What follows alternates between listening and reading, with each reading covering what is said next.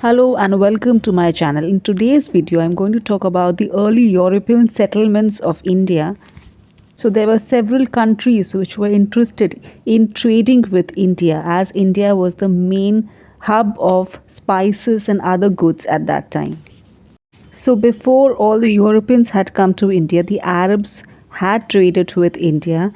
They had dominated the trading routes with India, and they did not allow the European traders to enter into India. So the Arabs had blocked the main route which led from the central parts of Asia to India, thus enabling the Europeans to find a new trade route via the oceans or the seas to India.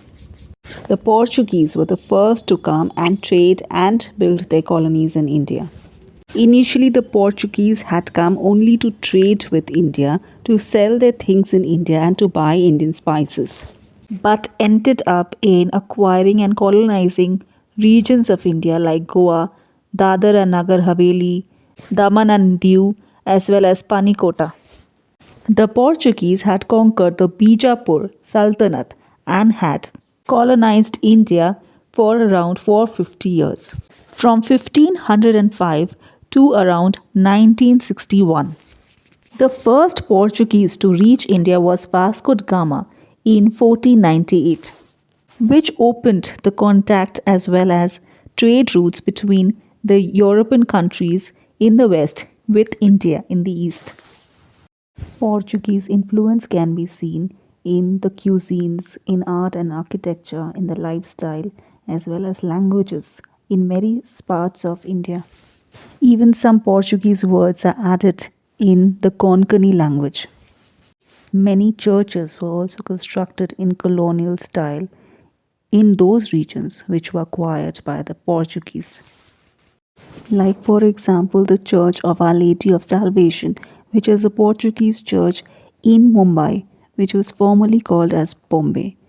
There is also a Portuguese church at Fort Cochin, which is called as St. Francis Church, which was built in the year 1510.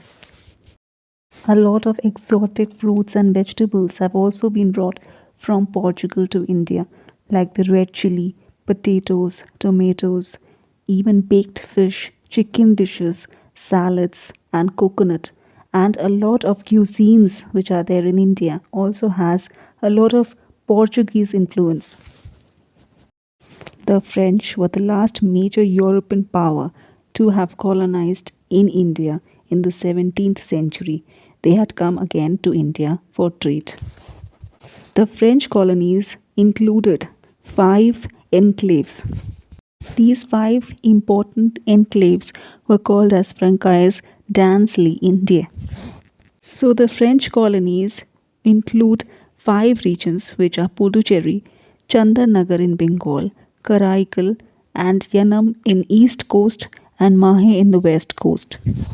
The French had acquired Chandarnagar, which was a port city along the Hooghly River of Bengal, and they had acquired it from a Mughal governor. After that, the French had made Pondicherry their colony. They had bought it from the Sultan of Bijapur. But in 1963, Puducherry became an integral part of India after the French Parliament had ratified a treaty with India in Paris. Currently, there are 8,000 Indian French nationalities. Pondicherry or Puducherry is also called as the Riviera of the East. Because of the French colonization of India, there was a lot of influence of French culture in India and culmination of Indian as well as French traditions and culture. Even the French Revolution had inspired and motivated leaders like Tipu Sultan and Raja Ram Mohan Roy.